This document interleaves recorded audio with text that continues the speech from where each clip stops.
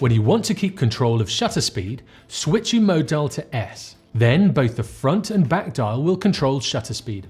When you're in shutter priority mode, when you press the shutter button, your camera will automatically set the aperture using the built-in exposure meter. If your photo looks either over or underexposed, you can use the exposure compensation to dial this in.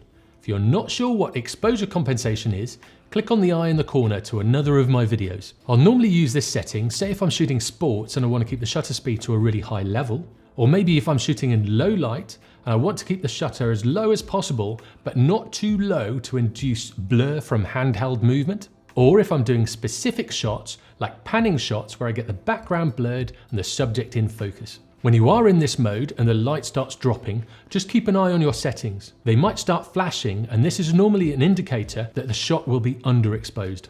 Another way to get around this is switch the ISO into auto mode. And that's about it. I normally use aperture priority mode when I'm shooting, but say if I'm doing these specific shots, I'll switch to shutter priority. Your camera has so many settings that you can switch to for certain jobs and tasks. If you want to see more videos, click the subscribe button and make sure to turn on notifications. I'll see you in the next one.